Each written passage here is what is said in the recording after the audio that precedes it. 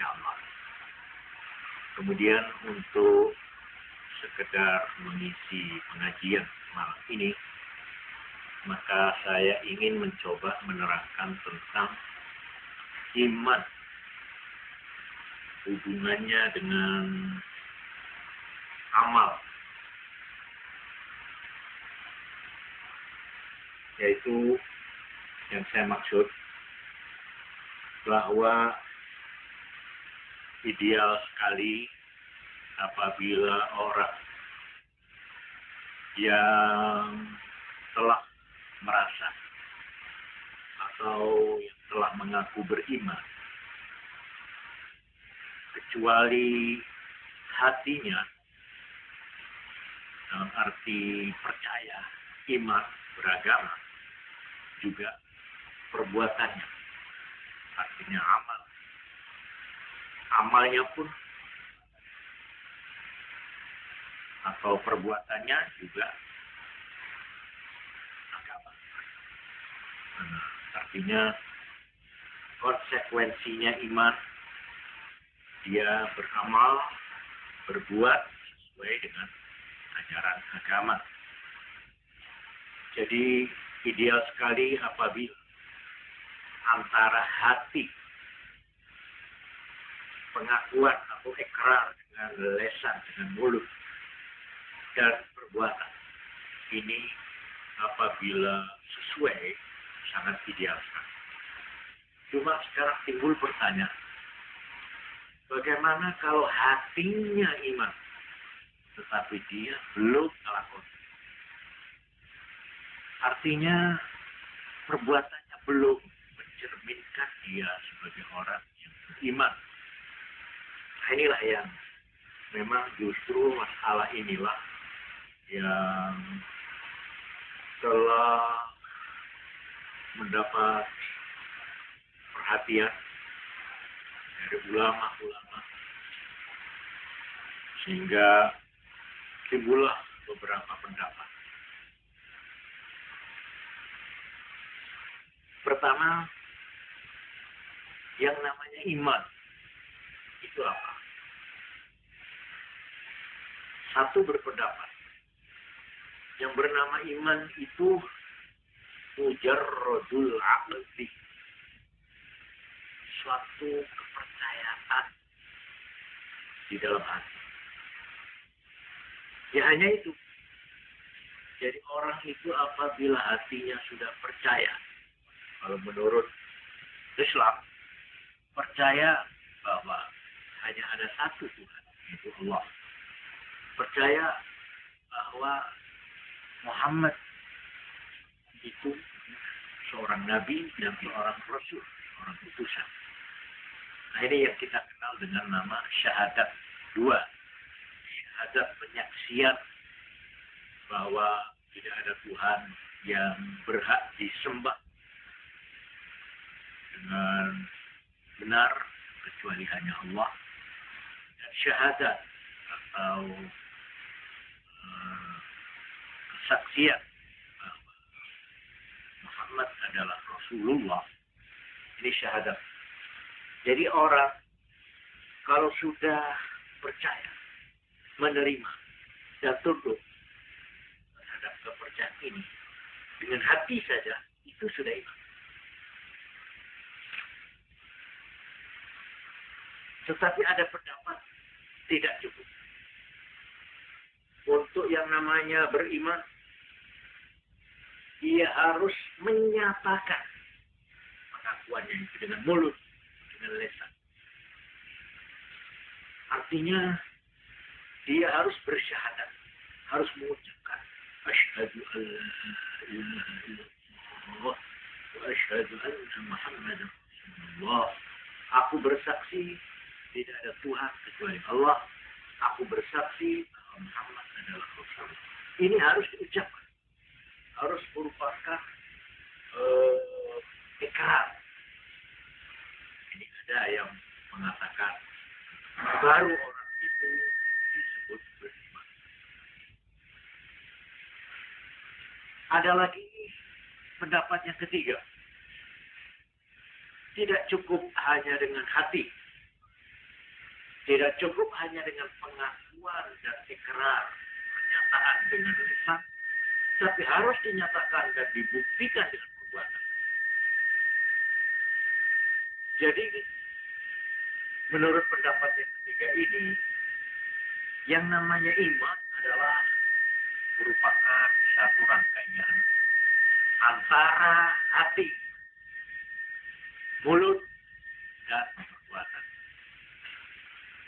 Ini merupakan satu paket, merupakan satu rangkaian yang tidak terpisahkan. Oleh karena itu,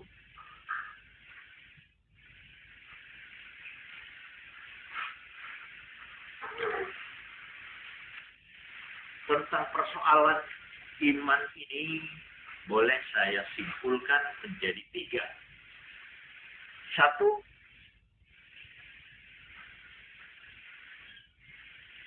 golongan Islam yang disebut Ahlus Sunnah wal Jamaah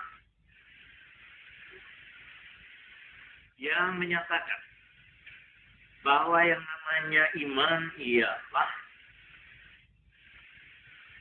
at-tasdiq wal qabul wal iz'an lima ulima bil-darurati annahu min dini Muhammadin sallallahu alaihi wasallam bihaitsu ta'lamuhu al-'ammatu min ghairi iftiqarin ila nazarin wastidlal.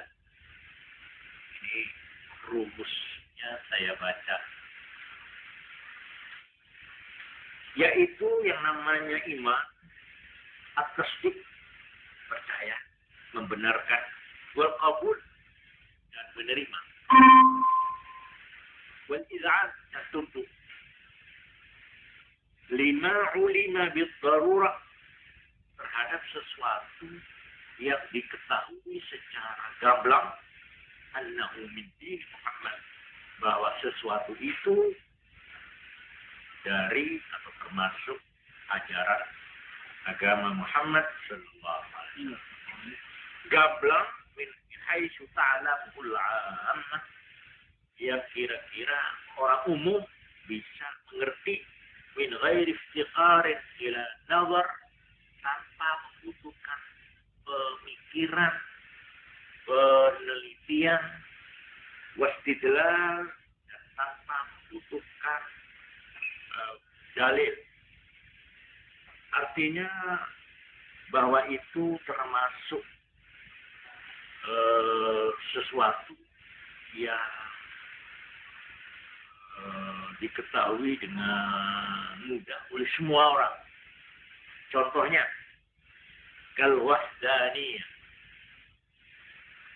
seperti tentang keesaan Tuhan, bahwa Tuhan hanya satu. Ini sesuatu yang mudah dicernakan dan diketahui oleh semua orang, baik profesor maupun tukang rumput. Wa nubuwah, tentang adanya nabi, tentang kenabian. Wal ba'd, tentang bahwa besok orang itu sesudah mati, sesudah hancur tulang belulangnya, akan dibangkitkan lagi dari alam kubur untuk dibalas perbuatannya, wal jaza, balasan. Kalau baik dibalas baik, buruk siksa. Ini contoh hal-hal yang merupakan ajaran agama. Nah, kalau kita ini sudah percaya bahwa itu betul-betul ajaran agama, dan kita menerima dan kita tunduk atas kebenaran ajaran itu namanya iman. Iman dengan hati. Wa wujubis shalah, dan umpamanya sebagai contoh lagi, wajibnya sembahyang. Bahwa sembahyang 5 waktu itu wajib. Ini sesuatu yang sudah diketahui oleh umum, oleh awam. Artinya wajib. wajibnya salat, bahwa orang Islam itu wajib salat, titik. Buat zakat juga wajib zakat buat yang mampu. Wa hurmatil khamri, haramnya arak, homer yang membuat orang mabuk, atau hurmatil zina, haramnya zina. Ya secara singkat saja. Nah, mempercayai hal-hal yang begini inilah yang namanya iman. Jadi iman itu menurut ini bukan hanya percaya kepada Allah dan Rasul-Nya saja, tetapi juga percaya kepada sesuatu yang termasuk ajaran agama ya, yang gamblang. Jadi kalau saya percaya kepada Allah, percaya kepada Nabi Muhammad, tapi saya tidak percaya bahwa sembahyang 5 waktu itu wajib, saya belum iman. Saya percaya kepada Allah, saya percaya kepada Nabi Muhammad, tapi saya tidak percaya bahwa Quran itu firman Allah, belum iman. Jadi iman ialah percaya kepada Allah dan Rasul-Nya dan terhadap perintah-perintahnya. Perintah keduanya ini yang gamblang.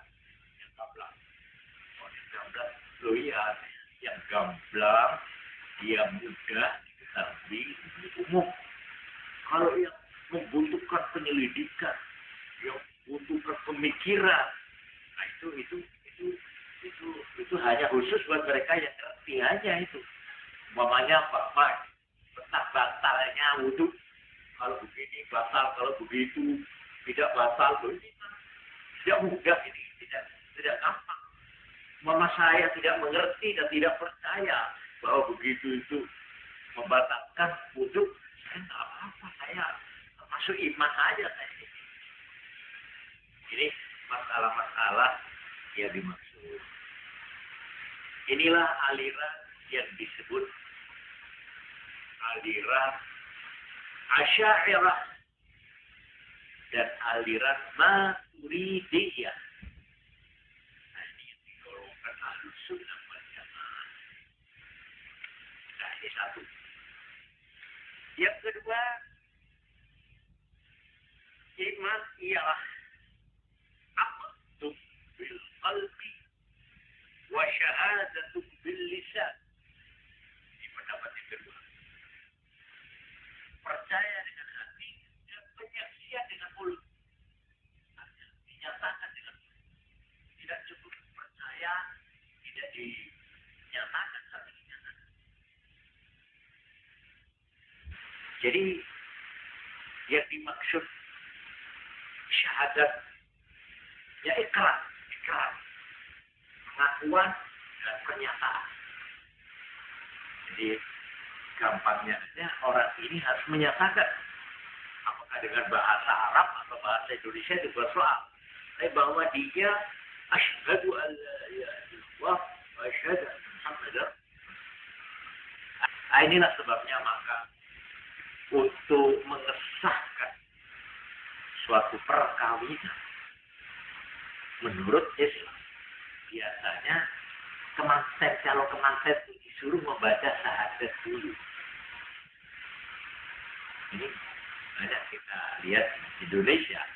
Jadi sebelum akad orang itu suruh baca syahadat. Supaya apa? Supaya keislamannya dan keimanannya itu dinyatakan dengan lisan, dengan mulut, bahkan ikrar. Ikrar atau pernyataan dengan lisan ini ada dua pendapat.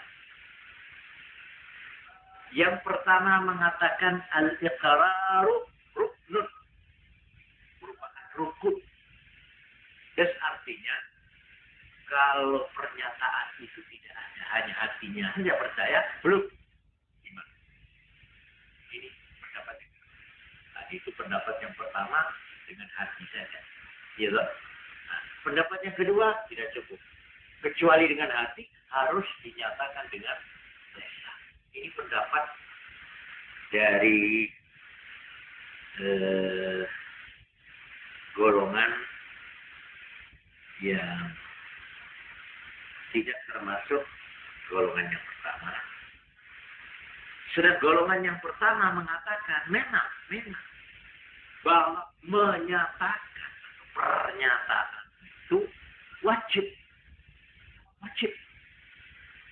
Tapi umpama orang itu tidak menyatakan, ya, dia cuma dosa, tapi tidak sampai dia itu keluar dari iman. Umpamanya saya pemeluk Islam, saya penuh, cuma karena prestis umpamanya, ya, atau karena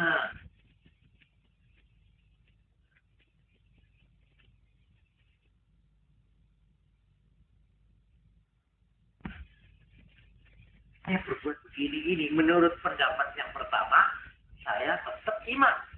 Saya ini termasuk iman, termasuk Islam. Tetapi menurut yang kedua, tidak termasuk iman. Karena pernyataan dengan lesan itu menurut pendapat yang kedua, itu harus dilengkapi dengan pernyataan iman sebagai rukun. Rukun itu bapaknya sembahyang. Sahnya sembahyang ini harus baca Fatihah. Nah itu rukun. Artinya rukun itu sesuatu yang termasuk di dalam tubuhnya. Jadi definisinya yang namanya rukun, sesuatu yang menjadi salah satu bagian dari perbuatan atau tubuh. Gitu. Tapi kalau sesuatu itu tidak termasuk di dalam tubuh, tapi di luar, itu namanya syarat. Umpamanya, orang kalau mau sembahyang harus wudhu. Wudhu ini karena tidak termasuk salat, dia dinamakan syarat, bukan rukun. Sembahyang itu umpamanya harus berdiri, harus ruku, harus sujud. Nah, itu rukun. Karena termasuk di dalam tubuhnya sembahyang. Tapi kalau orang itu harus menutup aurat, kalau sembahyang harus menutup aurat. Aurat itu kalau orang mati antara lutut dan antara pusat. Menutup aurat itu namanya syarat, bukan rukun. Sesuatu yang harus dilengkapi sebelum sembahyang. Seperti mamanya orang haji, itu harus punya uang melakukan haji. Nah, ini syarat itu. Nah, menurut pendapat yang kedua tadi, bahwa pernyataan dengan mulut itu termasuk rukun. Berarti kalau orang itu tidak menyatakan Islamnya atau imannya itu dengan mulut, belum Islamnya. Kita hukumi kafir dia. Ini menurut pendapat yang kedua. Tetapi menurut pendapat yang pertama, pernyataan itu hanya syarat. Apa bedanya? Bedanya begini. Apabila ada orang dia mengaku Islam hanya dengan hati, tetapi dia disuruh menyatakan keislamannya tidak mau, maka menurut pendapat yang pertama tadi, orang ini belum memenuhi syarat sebagai orang Islam. Dan artinya dia tetap diperlakukan seperti orang kafir. Apa artinya? Dia kawin dengan orang Islam tidak boleh. Sebab seorang wanita Islam itu hanya boleh dikawin dengan Islam. Jadi kalau dia tidak Islam artinya kafir, ya, tidak boleh kawin. Jadi untuk dia itu bisanya kawin harus lebih dulu apa? Mengucapkan syahadat, menyatakan keislamannya dengan mulut. Umpama orang ini mati, dia tidak boleh dikubur di tempat orang Islam. Kenapa? Karena dia tidak memenuhi syarat sebagai orang Islam. Apa syaratnya? Menyatakan dengan lisan, dengan mulut, ikhlas. Tapi dia iman buat di mata Allah. Sehingga dengan demikian, maka orang yang hatinya Islam, hatinya iman, tetapi tidak menyatakan dengan pengakuan lisan, orang ini namanya kafirun fid dunya wa mu'minun fil akhirah. Dia diperlakukan kafir di dunia, tapi dia itu termasuk orang mukmin di akhirat. Dia mukmin di sana, tapi di sini kafir. Kenapa? Loh, bagaimana kita tahu? Dia tidak mau. Disuruh baca syahadat tak mau, dia enggak. Sebenarnya hati kecilnya percaya dia pada Allah, pada hadis Nabi. Pokoknya ya Islam lah. Nah, ini namanya kafir di dunia. Artinya diperlakukan seperti orang kafir. Tapi di sana, di akhirat, masuk mukmin, masuk iman. Apa bedanya? Nah, di sini bedanya. Menurut Al-Quran, orang yang kafir itu khalidina finnar, kekal selama-lamanya di neraka. Dia tidak bakal keluar dari neraka selama-lamanya. Khalidina finnar. Itu kalau orang itu di sana sudah dimasukkan klasifikasi kafir. Maka orang ini oleh Tuhan khalidina finnar, tetap selama-lamanya di neraka. Tetapi kalau dia itu termasuk iman, sabda kanjeng Nabi Muhammad sallallahu alaihi wasallam, yakhruju minan nari man kana fi qalbihi misqalu dzarratin minal iman. Akan keluar akhirnya dari neraka orang yang di dalam hatinya ada secuil iman. Misqalu dzarrah, seberat zarrah itu sesuatu yang kecil sekali. Kalau kiai kuno maknani zarrah itu sebutir. Tapi kalau sekarang bahasa Arab modern, zarrah itu atom. Kumpulah dzurriyyah atom. Jadi sekalipun hanya seberat atom yang tidak bisa dipecah lagi dari kecilnya, asal masih ada iman, sekalipun seberat itu, dia akhirnya akan keluar dari neraka. Artinya tidak selama-lamanya di dalam. Lalu bagaimana dia tidak menyatakan? Dia banyak melakukan dosa, dia melakukan pelanggaran, nah itu soal lain. Itu ada hukuman namanya itu. Menurut berapa besar kecilnya dosa, sebanyak atau selama itu dia dimasukkan ke neraka. Tapi akhirnya orang itu mesti keluar dari neraka untuk masuk ke surga. Nah, inilah satu rahmat Tuhan yang besar. Bahwa asal orang itu beriman, betapapun besar dosanya, betapapun lamanya dia berikut di neraka, tapi pada akhirnya dia masuk surga. Ini sabda Nabi. Ini berlaku ini. Ini berlaku bagi orang tadi itu. Orang yang di dalam selama hidupnya dia tidak mau menyatakan syahadat. Tidak mau mengakui saya beriman, saya bersyahadat. Tidak mau. Tapi hatinya iman. Ini namanya dia iman di akhirat. Ya, yang dengan iman di akhirat, dia termasuk sabda Nabi tadi, akhirnya dia akan keluar dari neraka. Itu loh. Entah sudah berapa tahun atau ratus tahun, itu tergantung dosanya. Gitu. Sebab dosa itu ada dua. Dosa karena tidak menjalankan tidak menjalankan sesuatu yang diwajibkan agama itu dosa. Dan sembahyang itu kan sudah diwajibkan. Saya percaya bahwa sembahyang itu wajib. Jadi kan tadi dikatakan iman itu kan mempercayai sesuatu yang itu termasuk ajaran agama yang mudah dimengerti oleh orang awam. Kan gitu kan?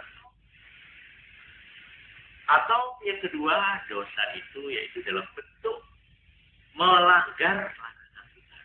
Itu dosa. Seperti zina itu dilarang. Saya percaya bahwa itu dosa dilarang. Tapi saya karena apa ya? Karena terpaksa atau karena memang senang atau karena apa? Atau iseng atau apa? Pokoknya ngelakoni. Itu namanya dosa. Nah, dosa kita itu ada hukumannya. Jadi yang kita dimasukkan neraka itu karena dosa tadi. Nah, berapa lamanya kamu meninggalkan sembahyang gitu saja. Dan berapa kali kamu melakukan zina gitu saja. Nah, selama itu kamu akan nanti akhirnya sesudah selesai hukuman itu kamu akan yakhruju dan akan keluar. Ini sabda Nabi tadi, yakhruju minan nari man kana fi qalbihi mithqalu dzarratin minan iman. Akhirnya, kalau sudah di surga, di dalam Al-Quran dikatakan bahwa kesudahan orang ini hanya dua, tidak ada alternatif lain. Atau selama-lamanya di neraka, atau selama-lamanya di surga. Hanya dua. Jadi berarti orang ini sesudah menjalani hukuman di neraka, dia lalu masuk ke surga untuk selama-lamanya. Sedang orang ini syaratnya masalah iman atau tidak. Kalau dia tidak iman, selama-lamanya di neraka. Tidak bakal keluar. Inilah yang ditangisi, diratapi oleh setiap orang Islam. Aku mohon kepada Engkau ya Allah, pada akhir hidupku, masuklah orang. Nah, orang yang mati dalam iman itu namanya husnul khatimah, kesudahan yang baik. Taruhlah kita ini orang yang brengsek, taruhlah kita ini orang berandalan, taruhlah kita ini bergelimang dosa. Ya? Tapi ketika kita menghembuskan nafasnya, bisa tutup usia, kita dimasukkan iman oleh Allah, kita masih termasuk husnul khatimah. Masih baik. Baik dalam arti dia sekalipun masuk neraka karena kesalahannya, dia toh akhirnya masuk surga. Ini husnul khatimah dalam bentuk yang pertama. Ada lagi husnul khatimah dalam bentuk yang kedua. Apa? Langsung ke surga. Tanpa melewati neraka. Karena dia memang tidak pernah melakukan dosa atau dosanya diampuni oleh Tuhan. Bisa. Ada orang itu. Dia melakukan dosa karena dia berbuat baik kepada orang. Ya kan? Dosanya diampuni oleh Tuhan. Seperti ada cerita. Nabi mendongeng. Ini ada dongeng. Ada orang yang kehausan di padang pasir. Dia menempuh perjalanan yang jauh. Tenggorokannya rasanya terbakar karena kehausan. Akhirnya dia menemukan sumur. Yang sumur itu untuk mencapai airnya itu tidak ada alat kecuali harus turun. Jadi akhirnya orang ini pun turun dengan susah payah. Sesudah minum, orang ini naik lagi. Begitu dia sampai di permukaan, di atas sumur, datanglah seekor anjing. Yang anjing ini juga rupanya kehausan seperti dia. Dia sambil memandang, meminta belas kasihannya si orang ini. Ya, lidahnya apa itu namanya? Apa itu? Ya, melet-melet gitu ya. dari Allah. Orang ini jatuh. Anjing ini.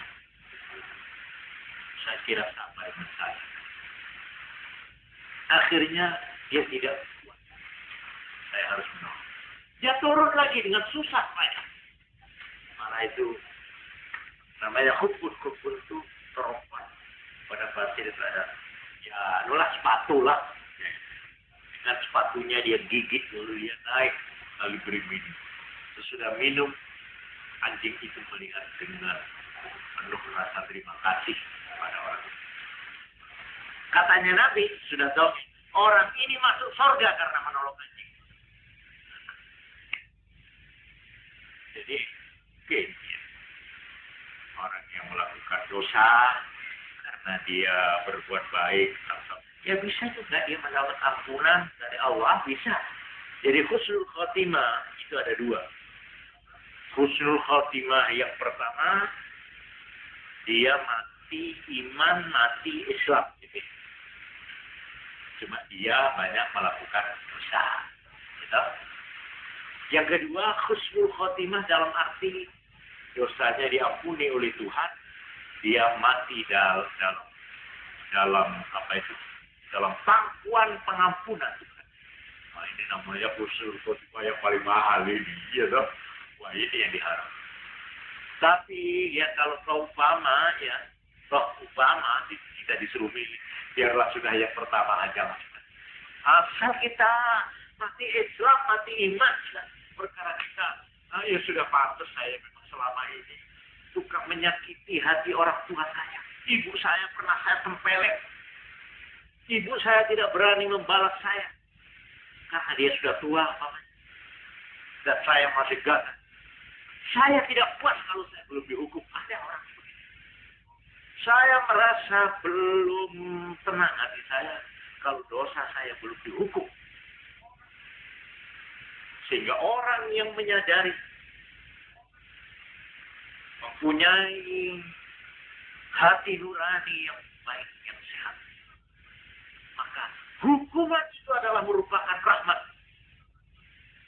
Merupakan pembebasan dari rasa dosa, rasa gelisah.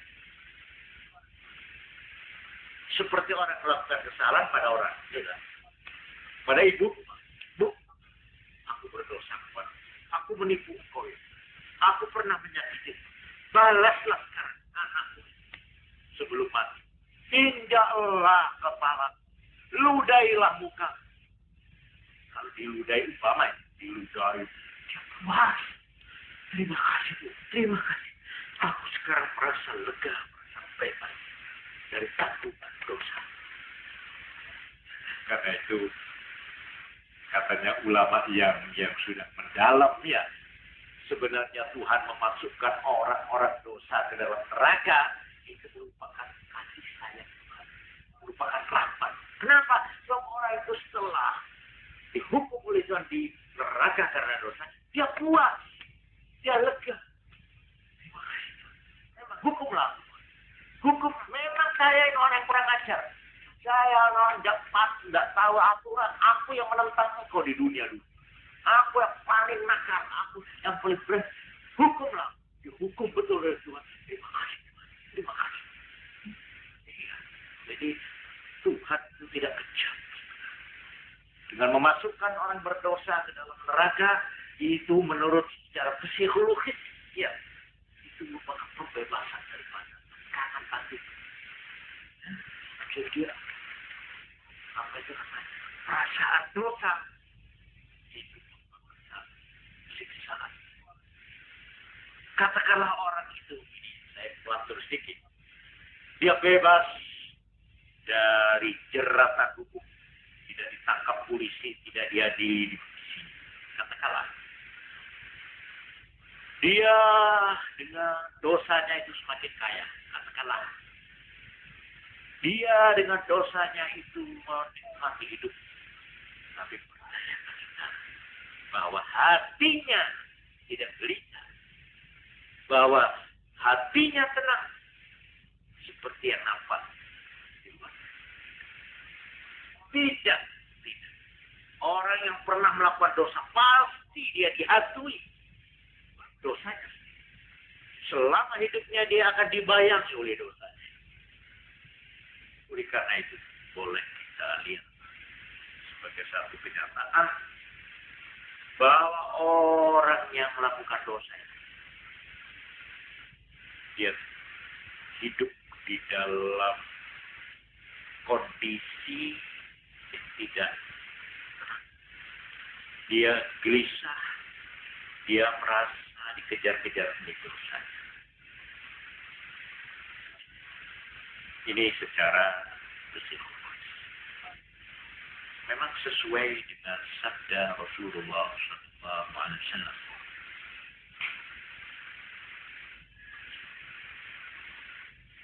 Ya, hadis itu panjang. Wal ismu ma haka fi sadrik. Yang namanya dosa yaitu sesuatu yang gelisah di dalam hati. Dan kamu tidak ingin orang lain tahu perbuatan. Ini definisi dari Nabi. Yang dinamakan dosa ialah sesuatu yang gelisah, sesuatu yang yang goyang di dalam hatimu dan kamu tidak ingin orang lain tahu. Nah, itu namanya dosa. Baiklah, ini saya melantur. Sekarang kita teruskan uraian saya tadi. Jadi orang yang menurut pendapat yang kedua, kecuali iman itu dengan hati, juga harus dengan lisan, harus dinyatakan dengan pernyataan mulut. Nah, pernyataan mulut ini ada yang mengatakan rukun iman, ada yang mengatakan syarat iman. Sekarang yang ketiga. Yang ketiga,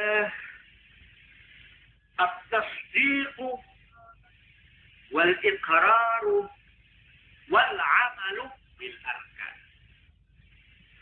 Ini pendapat yang ketiga. Yang namanya iman ialah at-tasdiq, percaya dalam hati, wal iqrar, dan pernyataan, pengakuan ikrar dengan mulut, wal amalu bil arkan, dan melaksanakan, mengerjakan dengan anggota badan, dengan fisiknya, mengerjakan perintah-perintah agama.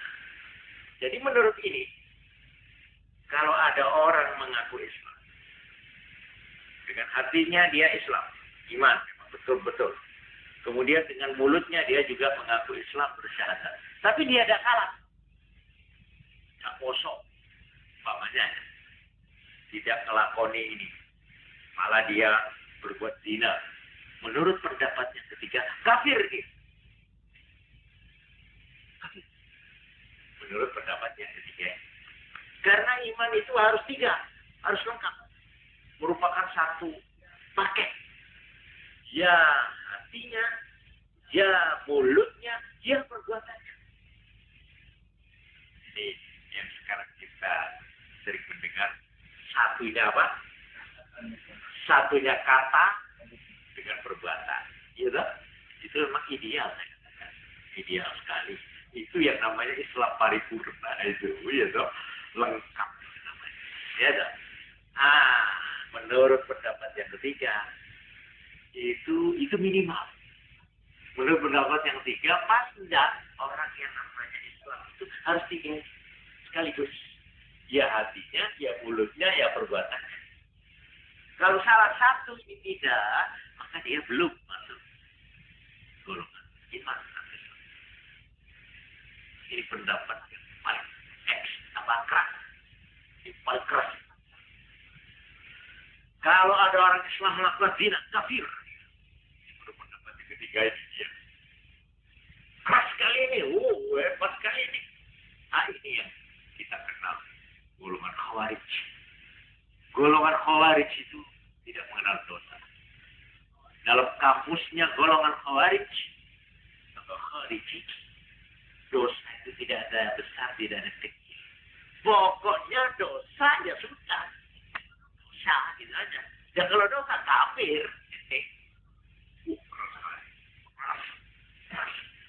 Ini Khawarij.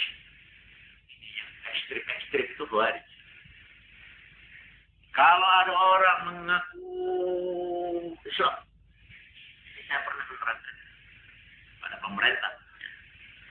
Kalau ada satu pemerintah mengaku Islam, menyatakan Islam, tapi dia tidak melaksanakan hukum Islam, kafir. Ini khawarij.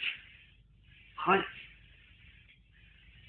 Jadi ini dalam ukuran kecil, perorangan, individu, maupun dalam arti kelompok. Nah, ini yang saya pernah terangkan. Perbedaannya paham ahlus sunnah wal jamaah dan golongan khawarij.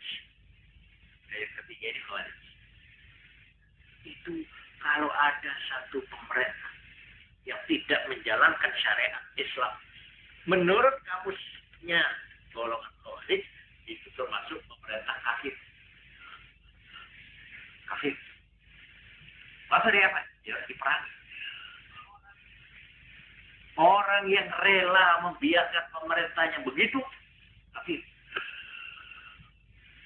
Jadi sesuatu perbuatan yang kafir, kalau ada orang lain membiarkan dan mandasinya, dia menerima, membiarkan kafir, kafir. Jadi ar-ridha bil kufri, kufur. Ridha terhadap kekafiran, kufur. Sama dengan ridha bil ma'asiyati, maksiat. Orang yang rela berlakunya suatu dosa, dia ikut dosa. Jadi menurut ajaran Islam, itu mar'a minkum munkaran wal yughayyirhu bi yadihi. Fa in lam yastati fa bi lisani. Fa in lam yastati fa bi qalbi. Wa dzalika adhafu min nabi. Kalau kamu melihat satu pelanggaran terang-terangan di muka umum, maka harus kamu merubahnya, menghentikannya dengan tangan. Langsung tangan. Kalau kamu tidak mampu, maka dengan lidah, dengan lesan. Peringatan, nasihat, apa itu. Tapi kalau kamu dengan lesan tidak bisa, maka paling sedikit dengan hati. Harus protes. Dan setuju. Kenapa ini harus gerundel? Ya, dan ini gerundel dengan hati, menolak dengan hati, ini termasuk iman yang paling lemah. Jadi kalau ada orang Islam terhadap pelanggaran-pelanggaran hukum, dia bersikap apatis, nggak boleh.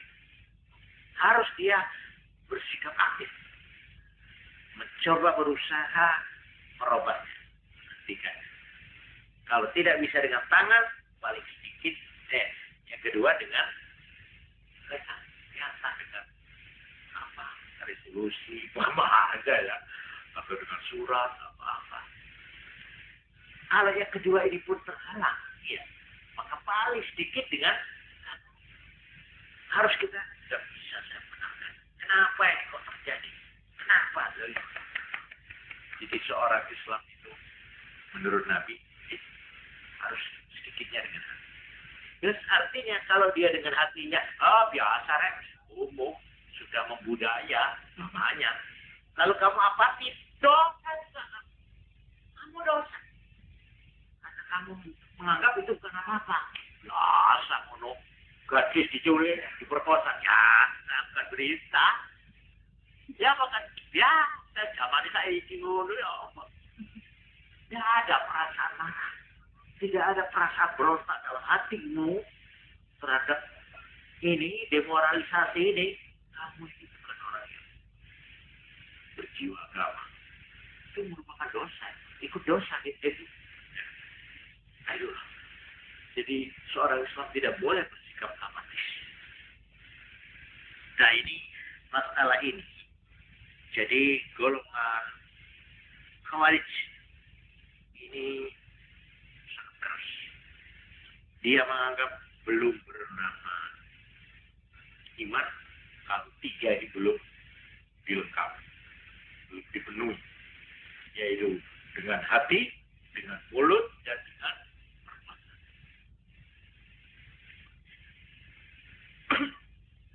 Menurut Khawarij ini, tadi sudah saya singgung, dosa itu tidak ada besar, tidak ada kecil. Oleh karena itu, yang menurut istilah Islam, ada yang wajib, gitu. Perintah itu ada dua. Yang keras namanya wajib, yang lunak namanya sunnah. Gitu. Larangan juga ada yang berat, yang namanya haram. Gitu. Kalau yang tengah, yang kosong, yang tidak ada hukumnya, ini namanya mubah. Putih, netral, belum fakir, belum ada isi. Ini menurut Khawarij. Ini yang perlu kita tahu. Bagaimana strengthnya pendirian Khawarij. Apakah wajib, apakah sunnah, sami mawon. Apakah haram atau makruh, sami mawon. Yes, menurut Khawarij, orang Islam yang tidak mengerjakan sholat sunat kafir. Berat kan? Ini betul-betul nggak punya pengikut di dunia ini memang. Parah sekali. Orangnya memang konsekuen betul dia. Sekali menyatakan Islam harus Islam, darahnya, kulitnya, semuanya. Jadi tidak ada istilah wajib tidak wajib itu sama. Juga istilah makruh sama. Katakanlah namanya merokok makruh. Kita merokok kafir. Wah, ada. Betul ini, betul ini. Khawarij itu, oleh karena itu golongan Khawarij ini termasuk kalau sembahyang itu khusyuk itu kan dan bersih. Tidak berani dia mengerjakan pelanggaran bagaimanapun remehnya. Karena buat dia tidak ada remeh, dan pokoknya dosa apa saja. Apa haram, apa makruh, apa wajib, apa sunat. Ini yang berat. Nah, di sini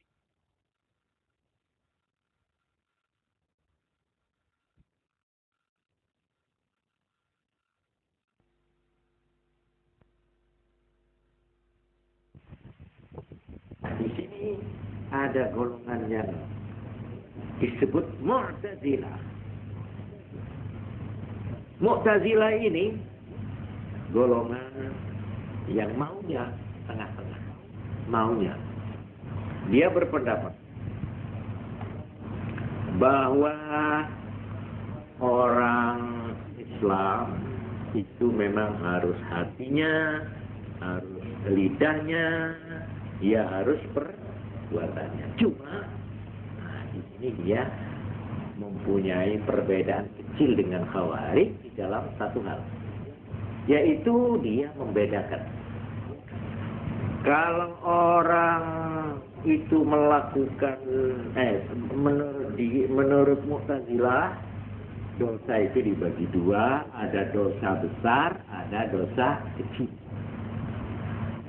Kalau orang itu melakukan dosa besar, maka dia itu termasuk disebut fasik. Fasik dengan fasik. Fasik ini menurut Mu'tazilah ini hanya dia sendiri yang berdapat begini. Itu tidak Islam, tidak kafir. Jadi dia itu sudah keluar dari Islam tapi belum masuk ke kafir.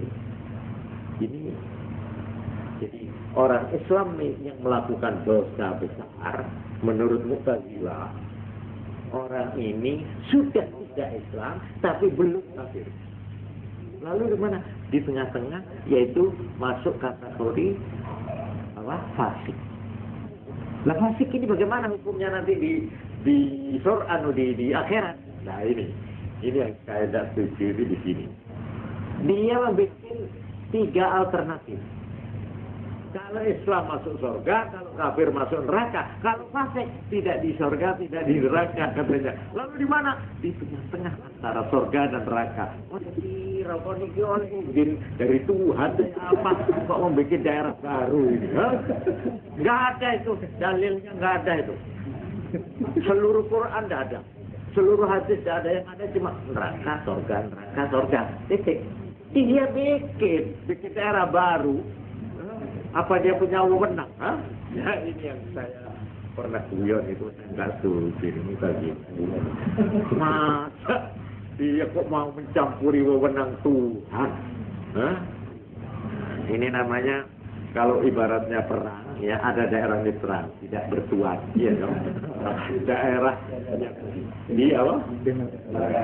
Di bukan demokrasi, daerah yang netral, tidak di militer, jadi daerah yang netral.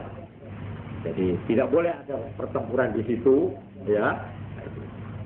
Tidak masuk salah satu daerah.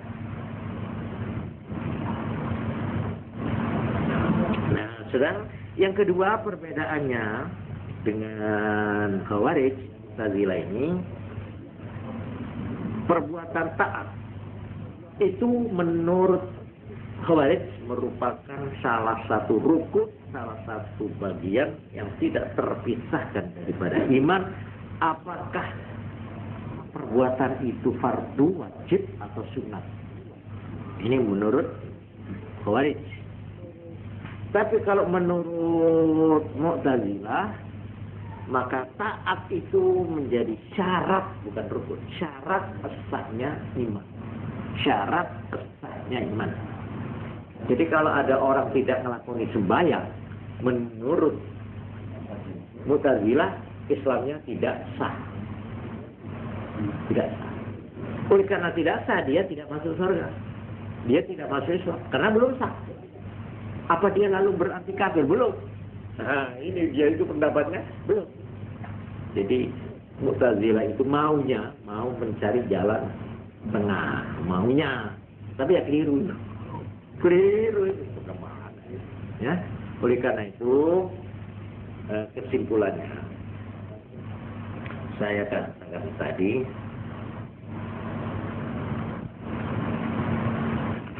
mengatakan sangat ideal kalau ini orang Islam itu at-tasdiqu bil jinan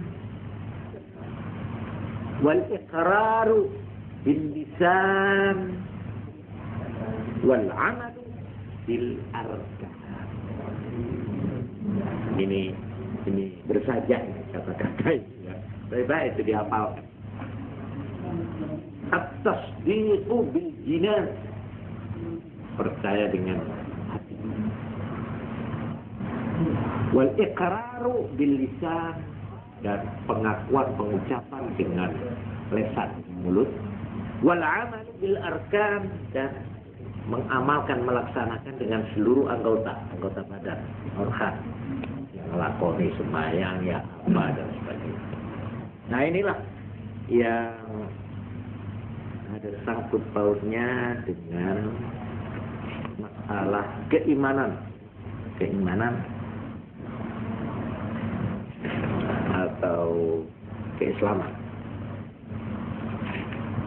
Nah sekarang menurut Ahlussunnah wal Jamaah yang pertama tadi, ini yang menjadi ikutan hampir mayoritas umat Islam seluruh dunia, itu di dalam soal kepercayaan banyak mengikuti Asy'ariyah atau Maturidiyah.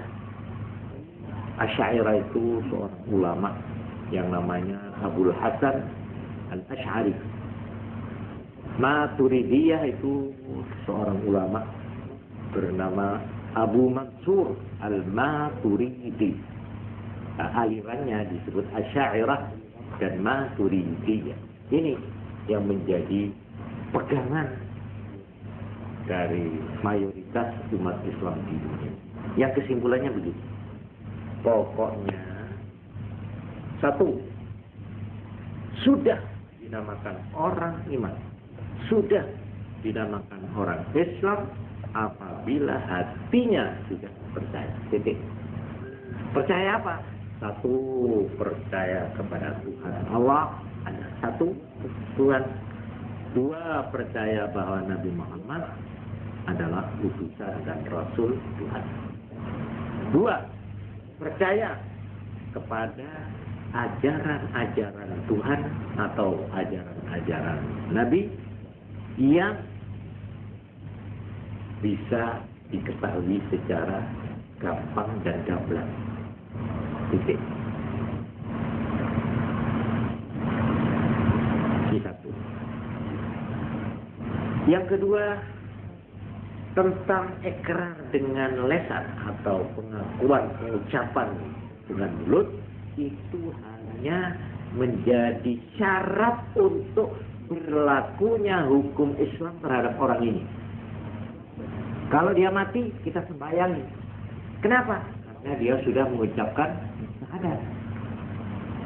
Kalau dia ini tidak pernah dan tidak mau mengucapkan syahadat, tidak boleh disembayangi. Tidak boleh diperlakukan sebagai orang Islam.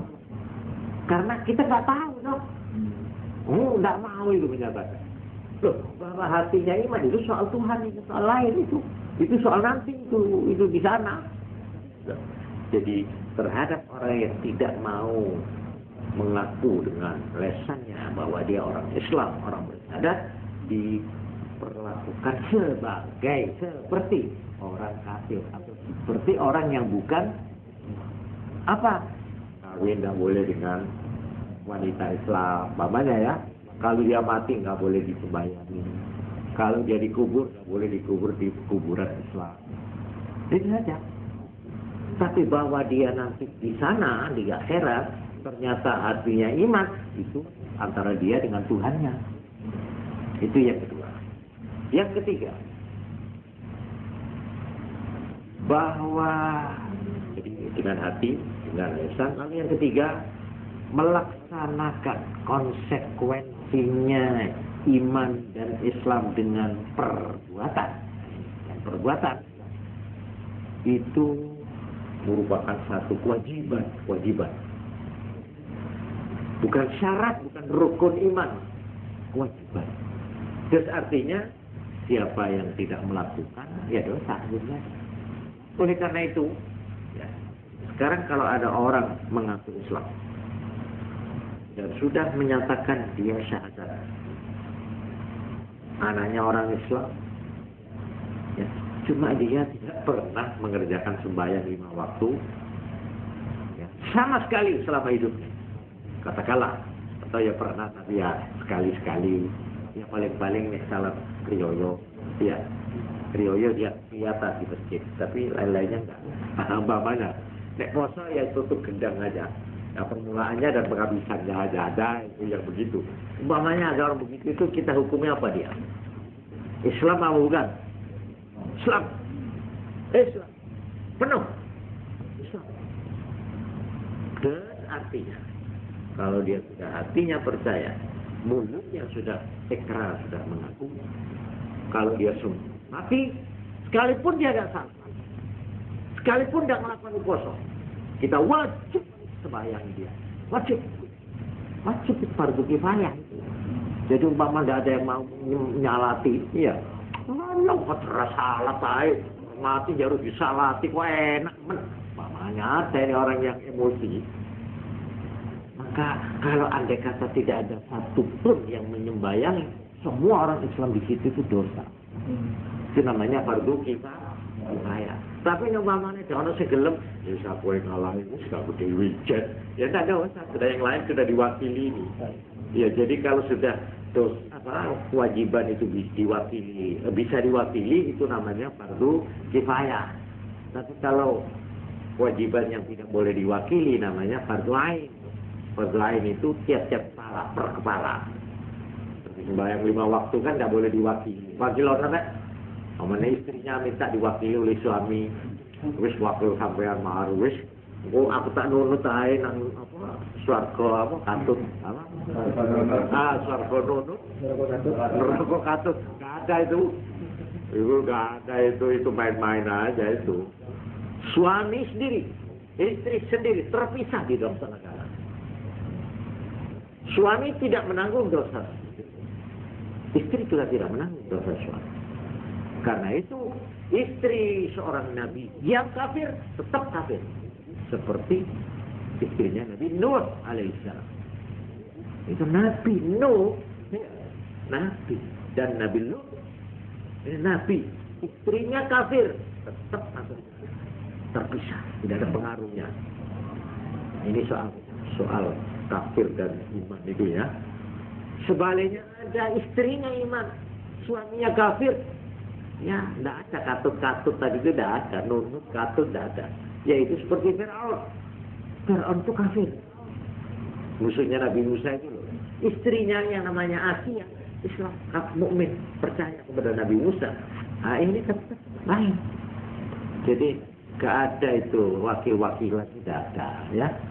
Gak boleh suami makili istri, gak ada. Ya wis kan tidak usah sembahyang, aku aja makili namanya. Gak bisa. Gak bisa. Itu yang namanya fardu apa? Fardu ain. Tapi yang kifayah boleh diwakili. Nah, sekarang jadi ini sudah jelas orang apa yang namanya iman dan Islam ialah orang yang hatinya percaya, mulutnya mengakui, menyatakan, dan tiga perbuatannya membuktikan. Ini yang saya katakan Islam yang paripurna. Tetapi kalau orang ini tidak melengkapi ini, tetapi dia mengakui kesalahannya, mengakui dosanya, dia merasakan dosanya, orang ini tetap Islam. Tetapi kalau dia tidak mengakui, mamanya ada orang mengatakan, menurut Quran hadis katanya zina itu haram. Kan iya kan? Ini termasuk yang mudah dimengerti. Lalu ada orang bilang, itu kalau tidak mau, kalau perkosaan. Tapi kalau suka sama suka, nggak apa-apa. Itu namanya, itu kan perkenalan itu sebenarnya. Ada ini. Jadi istilah zina itu menurut orang ini, yaitu perhubungan di luar nikah yang dilakukan dengan paksa, dengan tidak dengan tidak senangnya salah satu pihak. Itu baru namanya zina.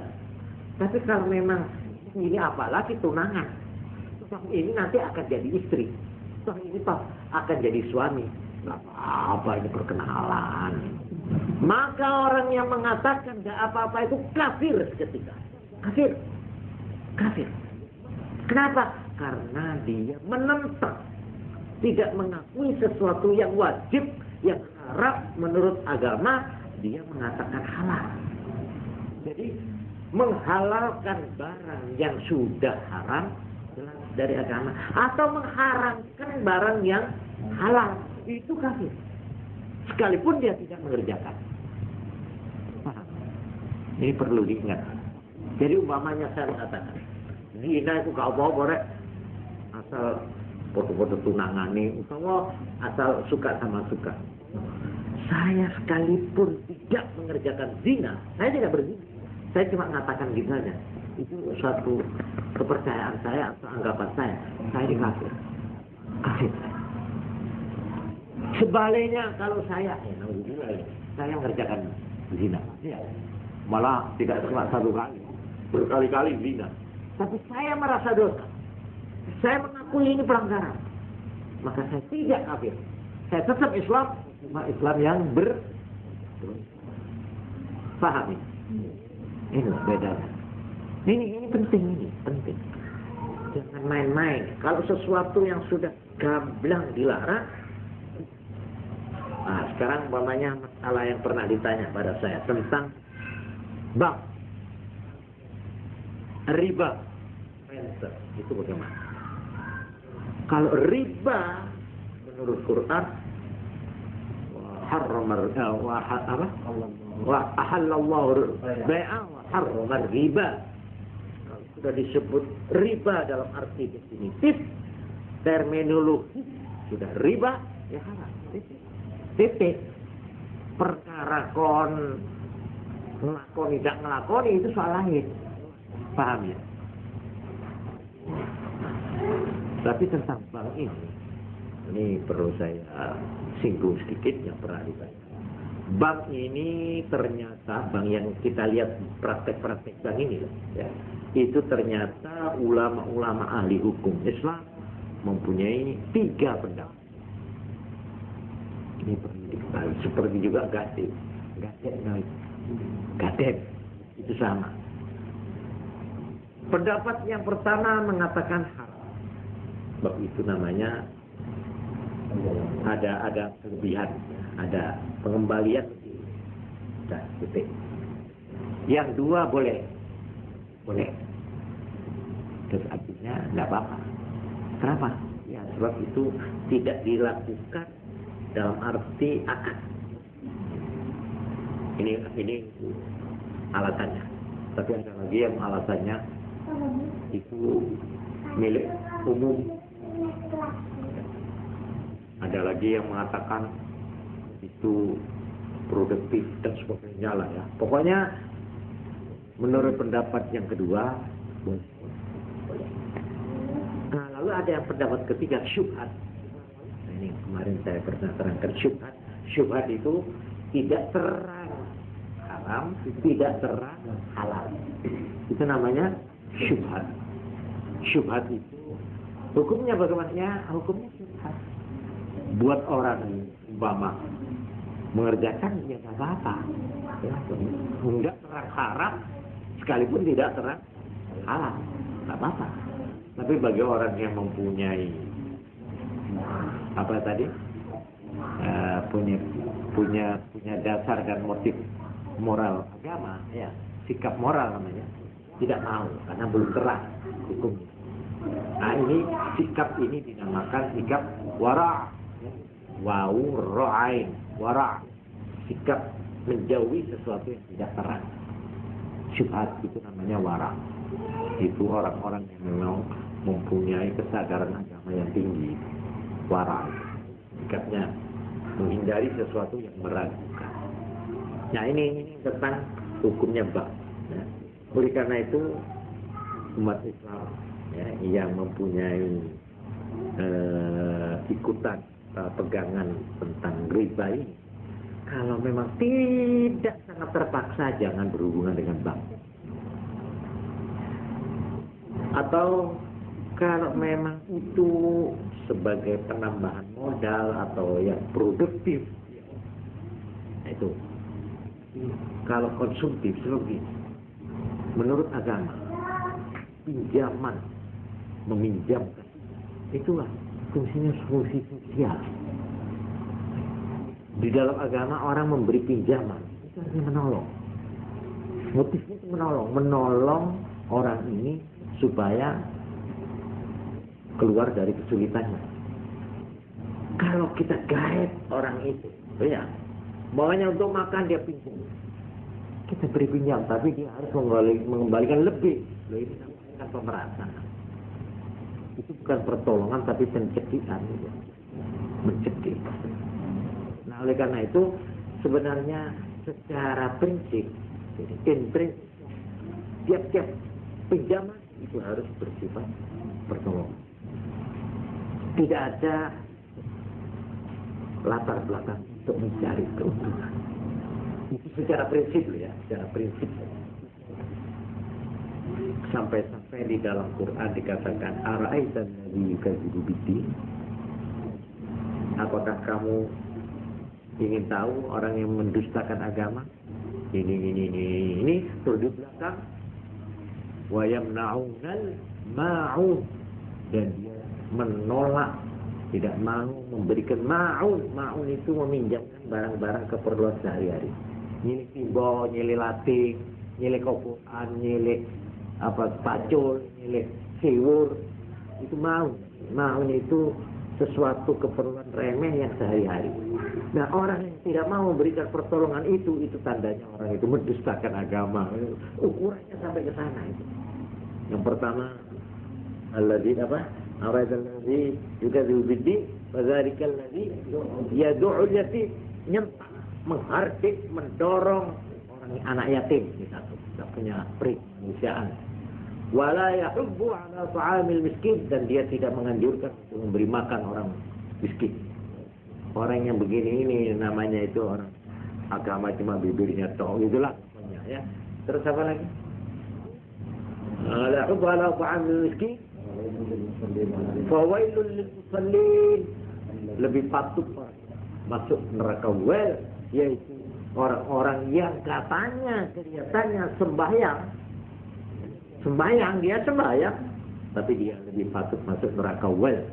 Musallin yang sembahyangnya itu yura'un, hanya minta dipuji, dilem, pamer, ingin dinilai baik oleh orang, tidak karena Allah, tidak karena kesadaran agama, tapi cuma ingin didelok moro tuane umpamane. Ya, ingin pamer, ini sembahyang yang untuk pamer itu lebih patut dia masuk neraka. Musallin alladzina fawailul musallin alladzina hum an salatihim sahun, yang terhadap sembahyangnya dia lengah. Nah, ini ada dua arti. Lengah tuh, ya sembahyang pakai robot. Ya, tang, assalamualaikum, tidak ada jiwanya, tidak ada perhayatannya, tidak ada apa-apanya. Ini namanya sholat robot. Nah, ini yang dimaksud sahun, lengah dari sembahyang. Ini yang satu. Tapi ada lagi yang saya kira ini yang lebih dekat. Yang kedua, sahun lebih baik masuk neraka orang yang sembahyangnya lengah, yaitu yang sampai mengeluarkan dari waktunya. Gak salah zuhur, cik main ya. Yang main satu kan geni. Sudah disik kalau nutup lagi karek situ. Karek sitik kalau undang mati. Akhir apa itu asar. Ini orang yang mengeluarkan salat dari waktunya, ini yang termasuk al-salatihim sahud alladzina hum yura'un, yang mereka kalau sembahyang yura'un, hanya untuk pamer, ini dinilai baik oleh orang. Ini ada karena Allah, ada ikhlas lah. Terus yang akhir wayam naun dan tidak mau memberikan pertolongan, meminjamkan gitu loh, meminjamkan barang yang remeh-remeh.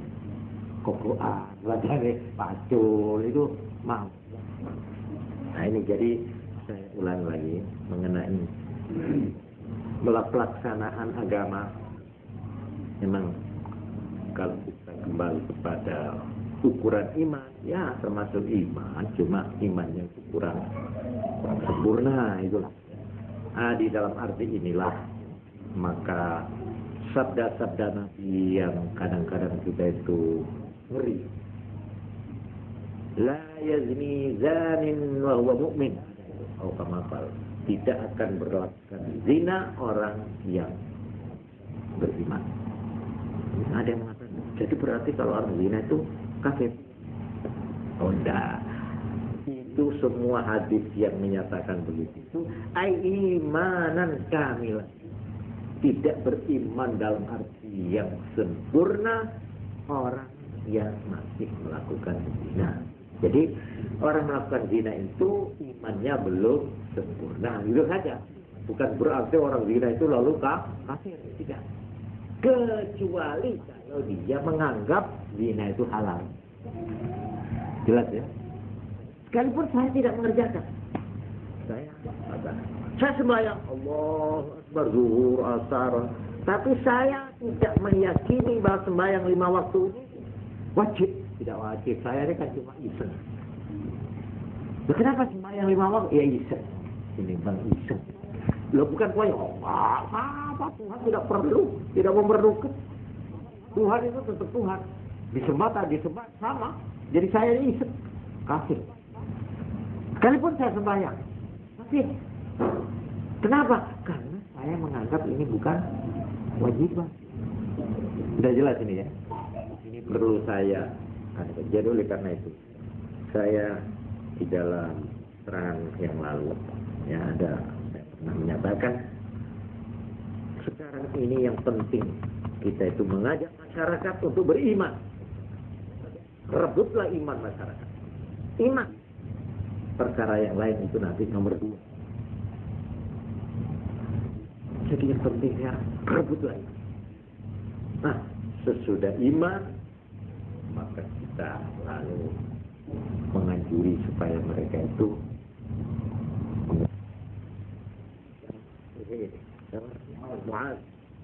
ajarlah mereka itu untuk beriman kepada Allah dan kepada saya.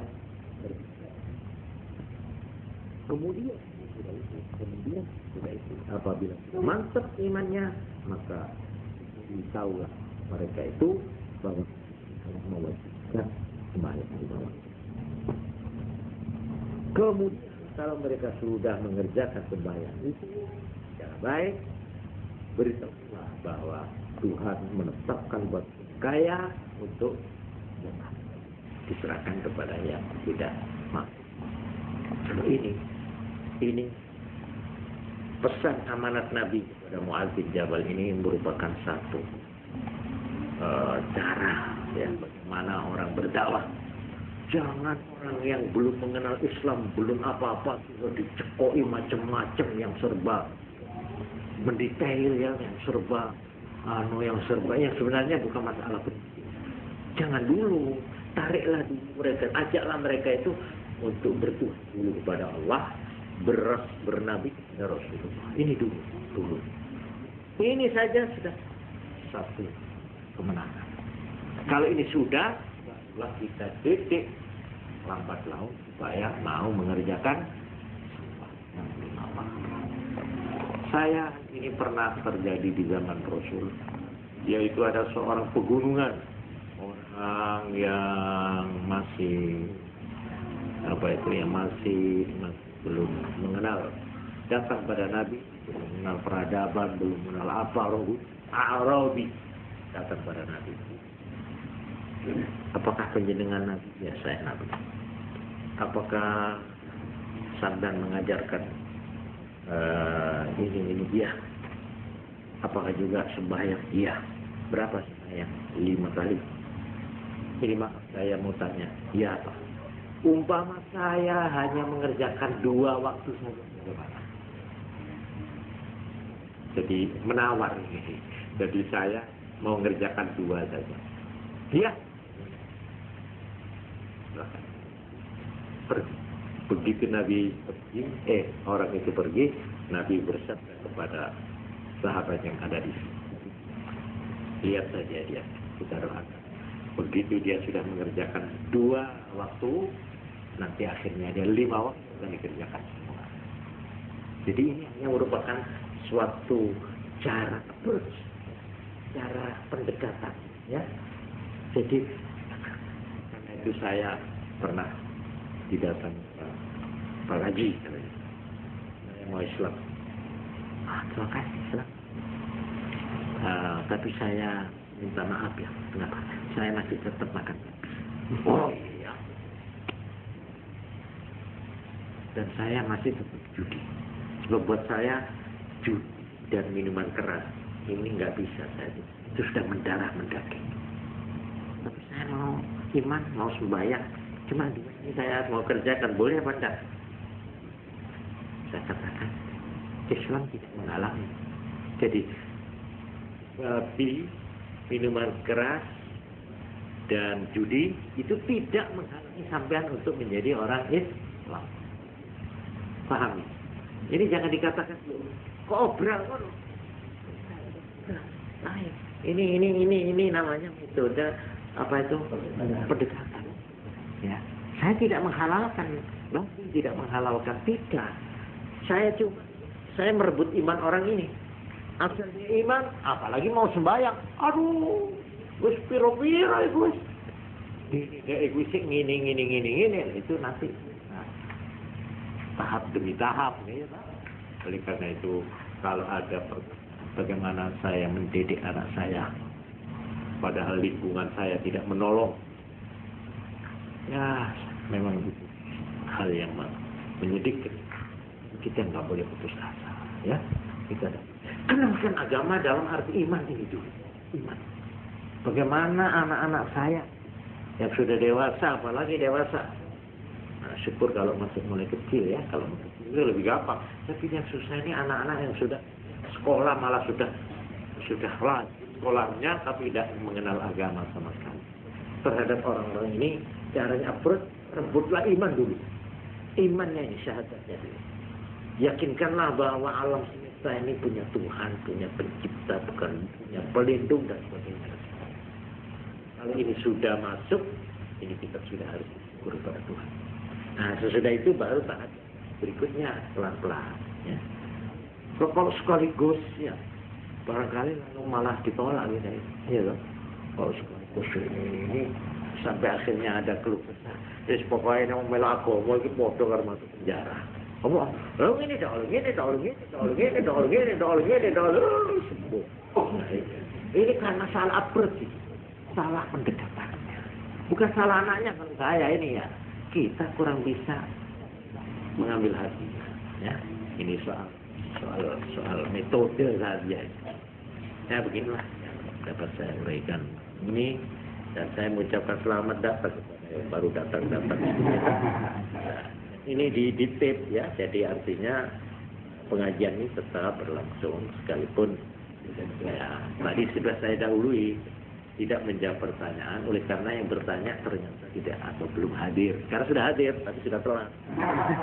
Jadi tidak saya jawab pada malamnya, maaf saja.